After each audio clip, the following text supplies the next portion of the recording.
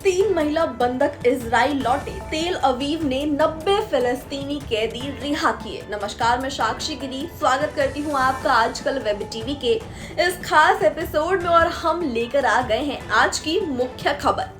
इस समय की सबसे बड़ी खबर इजराइल और हमास के बीच हुए संघर्ष विराम समझौते से जुड़ी है, जिसमें 3 महिला बंधकों की रिहाई और 90 फिलिस्तीनी कैदियों की रिहाई के फैसले ने दुनिया भर में ध्यान आकर्षित किया है।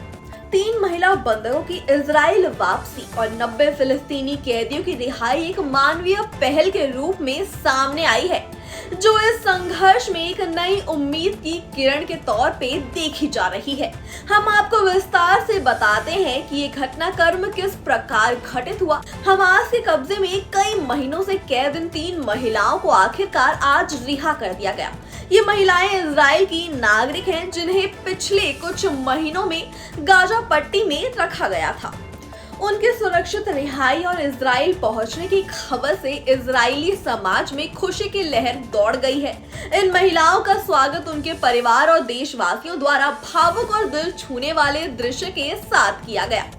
जैसे ही महिलाएं इजराइल की सीमा में दाखिल हुई, परिवार के सदस्य उनकी सुरक्षित वापसी को लेकर आंसुओं में डूबे थे। इस रिहाई को एक बड़ी मानवीय सफलता के रूप में देखा जा रहा है।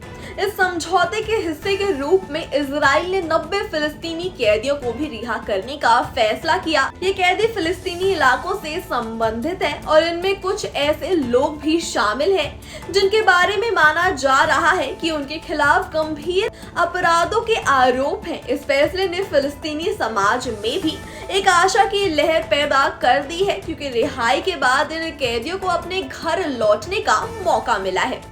इस रिहाई के पीछे इजराइल और हमास के बीच एक संघर्ष विराम समझौते का हाथ है, जिसे दोनों पक्षों ने मानवीय कारणों के आधार पर स्वीकार किया। संघर्ष विराम को लेकर कई बार दोनों पक्षों के बीच बातचीत होती रही है, लेकिन इस बार दोनों के बीच समझौता मानवीय दृष्टिकोण से एक कदम आगे बढ़ा।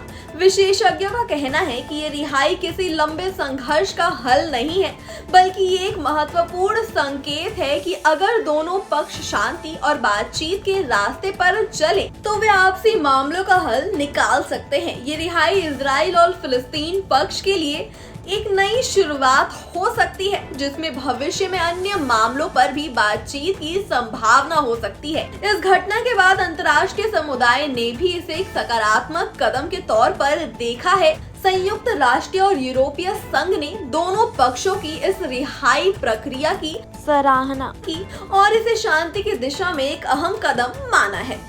फिलिस्तीनी नेताओं ने भी इस कदम को सकारात्मक बताया है। हालांकि उन्होंने चेतावनी दी है कि ये केवल शुरुआत है और दोनों पक्षों को अधिक गंभीर बातचीत की जरूरत है, ताकि एक स्थायी शांति समझौता संभव हो सके।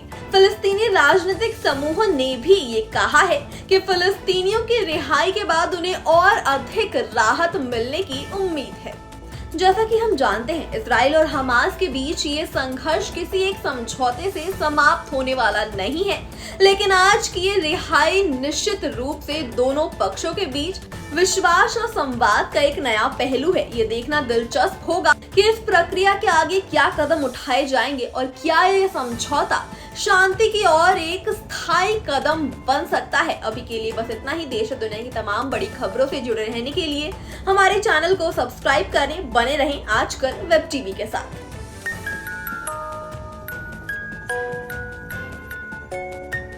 ऐसे ही और ताज़ा तरीन खबरों के लिए देखते रहिए आजकल वेब टीवी।